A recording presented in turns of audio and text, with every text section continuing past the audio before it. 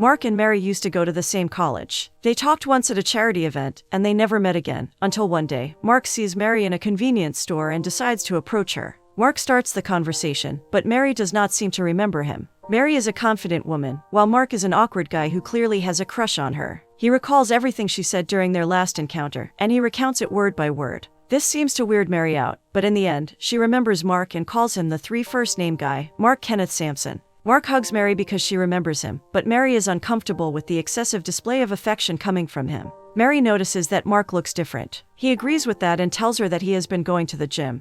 But Mary tells him he was never fat. They get what they need from the store and meet again at the checkout counter. Mark sees the pregnancy test Mary is buying, but she tells him it is not for her. Mark thinks it does not matter who it is for, and his attention is, in fact, on something else rather than the test. Mark keeps checking Mary out as he is standing behind her. He tries to look away, but he can't. Mark finally asks her if she wants to get a smoothie. Mary smiles back at him and goes with him. Mark thinks it is funny that he met her while getting a pregnancy test because he and his father are in the process of making the prototype of a new kind of pregnancy test. Although people are accustomed to the old type, their creation would use spit to tell if women are ovulating. He thinks it is less invasive. Mary does not think such an invention would have accurate results and doubts it would work. Mark believes that good opportunities come from things that do not exist yet, and there are things that people do not realize they want. It turns out Mary knows what she wants. Mark looks down at the test and understands what she means. Mark asks if Mary is taken. She tells him she is single, technically. She thinks pregnancy tests are confusing. They should be more simple. Mary thinks it is crazy that she could be pregnant, and no one would be surprised. Mark misunderstands her statement, assuming she meant people think she is easy. But what she meant was that she is at the right age to have a kid, and in other states, she would be considered late.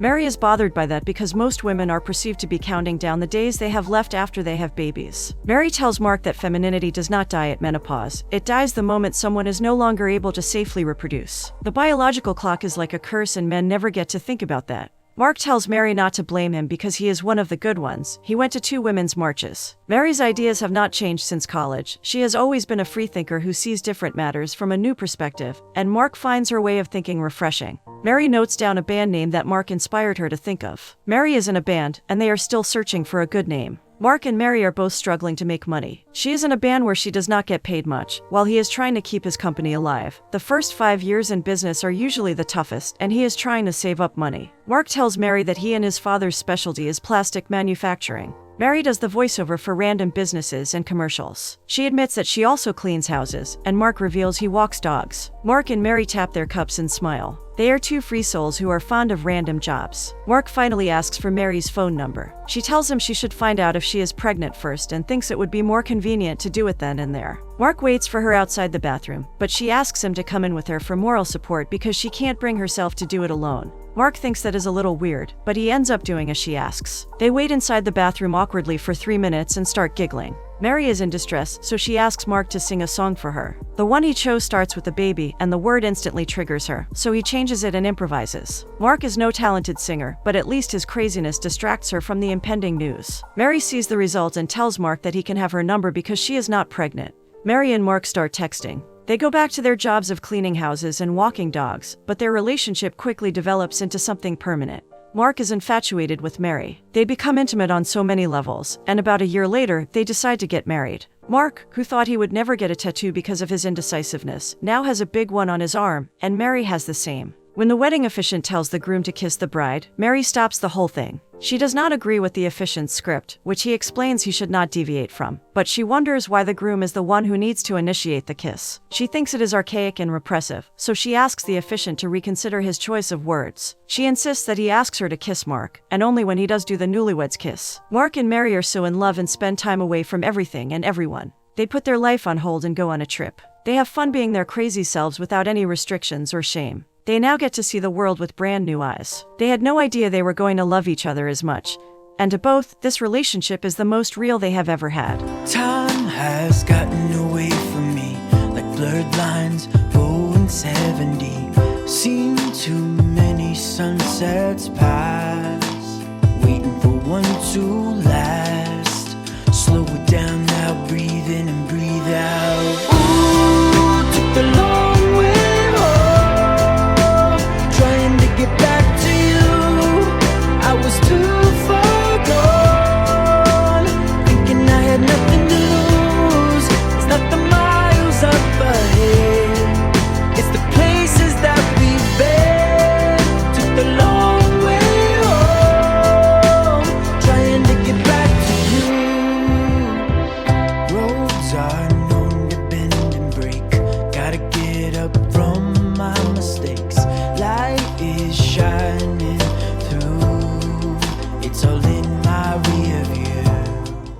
Mark has a hard time convincing his cynical friends that love exists. They do not believe it is real and doubt that marriages work nowadays. Mark tells them they have not found their Mary, but they only make fun of him. They believe Mark is blind and can't see the inevitable ending of every love story. Mark does not mind his friend's negative view of love because he could not have been happier with someone else. Mary has brought enthusiasm and warmth into his life. Mary changes her band's name for the 100th time. She practices at her bandmate Lana's house, but the neighbors' knocking distracts them. He thinks they should invest in some soundproofing if they are so serious about their music. Mary hears all about her friend Lana and her sister Tori's adventurous dating life and admits she is jealous. When they seriously ask her why she feels that way, she tells them she does not know why she said that. Mary thinks marriage makes her feel like an adult, in a way she does not want to be. They tell her that it is normal to want to have fun. On the way back home, Tori asks Mary to set her up with one of Mark's friends, AJ. She is already seeing somebody, but she doesn't mind dating 2 men at once. Tori tells Mary that she can explore other options if she feels bored. Just because she is married, it does not mean she needs to be monogamous. Mary thinks about this and takes provocative pictures of herself, but she hides them from Mark. Mark finds Mary waiting for him, but when he does not satisfy her as she had hoped, she decides to ask him the ultimate question that has been on her mind since she last spoke with Tori. Mary asks Mark if he has thought about being with someone else. Mark is surprised by that and asks her if she thinks he is cheating on her. Mary tells him she thought that bringing someone new into their life might be a fun experience. She finally says that they should consider an open relationship in the future. Mark comes out of the shower angrily, seemingly too sensitive for such a conversation. Mary thinks that life is short and it should be exciting. She calls monogamy dumb. Mark asks her if anything is sacred to her because she mocks a lot of things normal couples enjoy, but Mary regrets telling him because she did not expect he would be so upset. In bed, Mary tells Mark that being with one person is outdated. Mark thinks it is exactly what she signed up for the day she married him. He tells her she should have known what she wanted before she committed to him, but Mary thinks that is ridiculous because she can't anticipate what she wants in the future before she wants it. Mary can't get over the fact that Mark is being immature. He tells her that the problem is not how she brought up the subject, it is about her thinking about it in the first place. Mark avoids Mary by all means. She does not leave his side, and that annoys him. He does not want to talk about what happened. Mary picks a moment when Mark is less irritated and tells him that she did some Googling, and what they should do is called ethical non-monogamy. She has to do some research before they have the big talk. On their way to a party, Mark tells Mary if she wants to be with someone else so badly, maybe she should give it a shot. They are going to a party after all, where plenty of men and women will be there. Mary tells Mark that he is overreacting, but he thinks she is being too woke. The taxi driver watches them argue, but she does not speak a word because they look ready to murder one another. Mark's friends doubt they are speaking to the same person as he now curses at Mary, who is only a few steps away from them. Their friend is no longer praising the love of his life, he is mad and disappointed. Mary is doing the same, badmouthing him. Mark starts looking around to see if any guest catches his eye. He goes to talk to a beautiful woman and tries to be charming, but he is too drunk. He notices that Mary also found someone to fool around with. His interaction with the blonde woman does not go well at first, but the girl finds him attractive still and kisses him.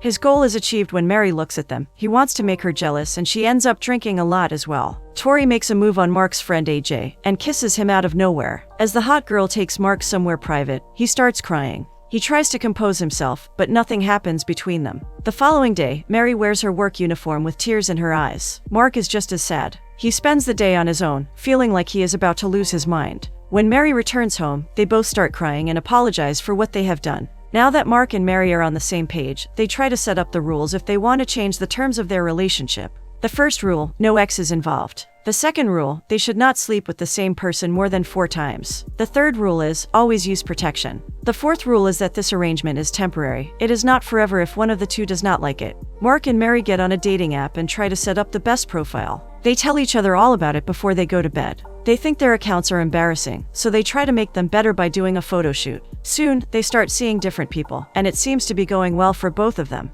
They also get help from Mary's Aunt Carol, who is an expert at open relationships. She tells them that the whole point of being open is that there should be no restrictions. Carol tells them that rules are the death of life, but Mark is secretly annoyed by the whole arrangement, so he adds a new rule instead, about how they should not invite anybody back to their apartment. Also, Mark has a new suggestion. They should bring in a third person to spice up their intimate relationship so as not to lose their spark. Mary instantly agrees to the idea, but she does not appreciate the fact that Mark assumed it would be a girl. So, they both decide to involve a man first, and then as a reward, Mark can get the girl of his choice. Mark and Mary tell their friends all about their plans. They did not realize that Lana might be interested in being their third, but she gives them hope. Mark is also excited because his father finally shipped them the first Life Cup prototype, meaning their spit test. Mary does not like the name of the creation, even though she inspired Mark to think of it. She believes it is too Republican and urges Mark to think of new names, like the Choice Cup. Lana finally texts Mary and agrees to be their third. They try not to panic and accept the invitation to her place. Mark, who told Mary he did not wish to hear about her love sessions with other people, is now watching her enjoy herself with Lana. He keeps drinking, feeling completely excluded. But in the end, the two girls find their way to Mark for a hell of a night.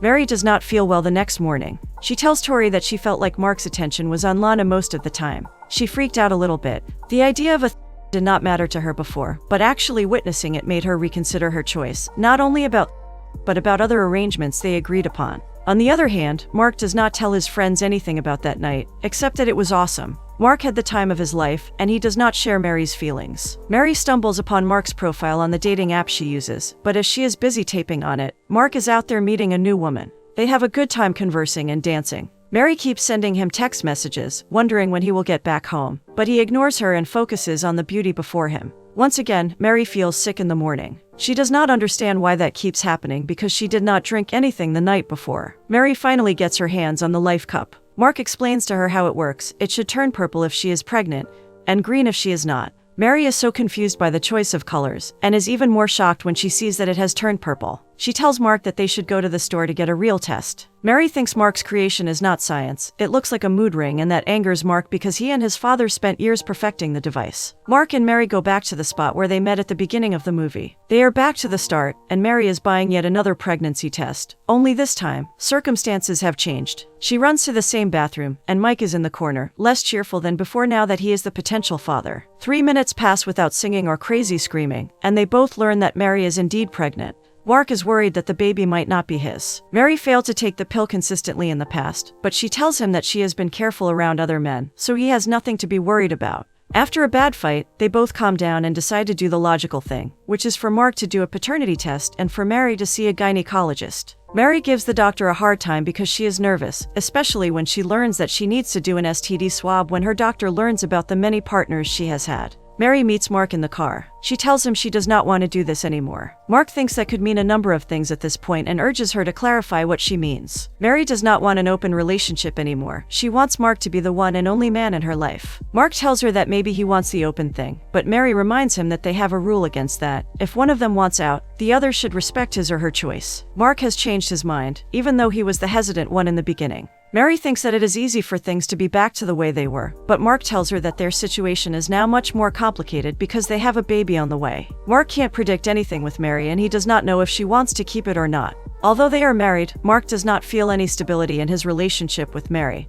He does not know what to expect anymore because Mary frequently changes her mind about everything. Mary reveals to Mark that something inside her is telling her to keep the baby. Mark feels manipulated by Mary. He thinks she is trying to bait him into being the bad guy. Mark is not a bad guy, and he is not planning to be a bad father. Mary wants to regain what she lost, but Mark is not ready for what she wants. He knows that in the end, Mary is going to do exactly what she wants regardless of how he feels. Mary is sad to know that Mark feels that way about her. She thinks he hates her. Mary kept the baby, but she no longer enjoys the things that made her happy before, like singing in her band. She cries during rehearsal, but Lana and Tori try their best to comfort her. Mark's friends are just as scared as he is. They think having a baby is going to be tough on him and Mary. Mark starts crying as well when he realizes the weight of becoming a father. He is scared of the big responsibility and does not know how to handle the pressure. Mary calls back to the public health center to get her results. As they tell her to wait, they play her voiceover, which she sold to their company some time ago. Mary finds it ironic. She then learns that her results are positive for HPV. Mary is confused as to what this means. The receptionist does not give her any explanation and tells her to set up an appointment with her doctor. Mark takes Mary on a dinner date and apologizes for having been intolerable to be around.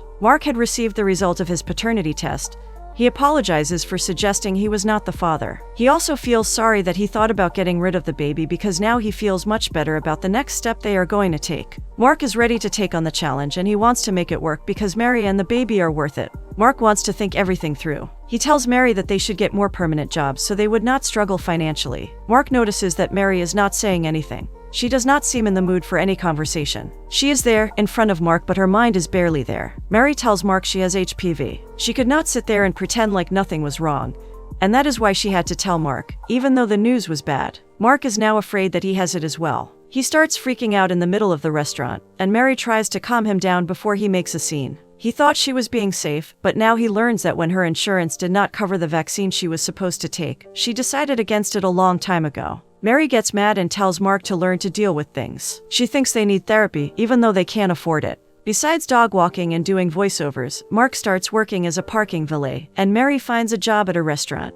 When they start seriously struggling, they decide to sell their wedding rings. Life did not turn out the way they wanted, but the fact that they have each other is a blessing. They try to make it by working hard and saving up money. Things seem to be just fine, until Mary loses the baby one morning. It happened so suddenly. She did not feel any pain, but it happened. Mary was broken by the death of her unborn baby, so much so that it drove a wedge between her and Mark. The couple has been through so much, but losing something they both cared about was tragic, and they could not fix what was broken. About a year later, Mark and Mary are living separately, trying to better themselves. They look much more stable emotionally and financially. Mark texts Mary first, feeling as though it has been a while since they last spoke. Mark still feels the same emotional void ever since they broke up. Even after everything, he still misses her. Mary is not someone he could easily forget. After all, she was so special that he tattooed her name on his arm. She helped him overcome many obstacles and opened his eyes to new experiences that he could not have achieved had he dated someone else. Mark and Mary are both seeing different people. Mary thinks the four of them should meet sometime, but Mark is worried their partners would not agree to that.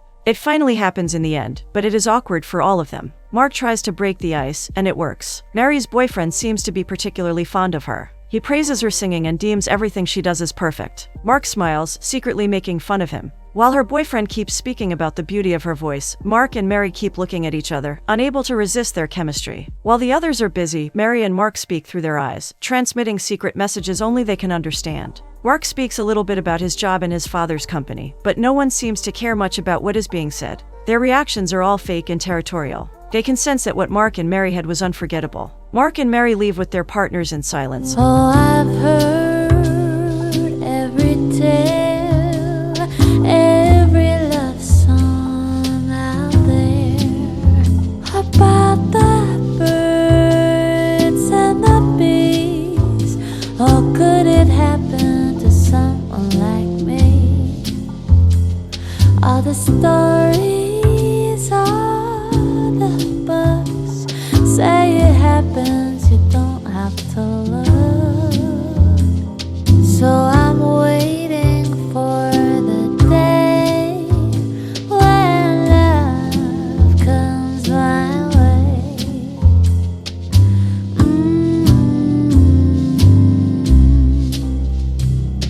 In my dreams, in my sleep, I have him and he has me. Pondering over the memories they experienced together, and the beautiful times that have gone by, they can't help but look back at them with fondness. No matter how wild their relationship was, it was beautiful even though it had to end. It was just Mark and Mary at first, but some other people changed them forever.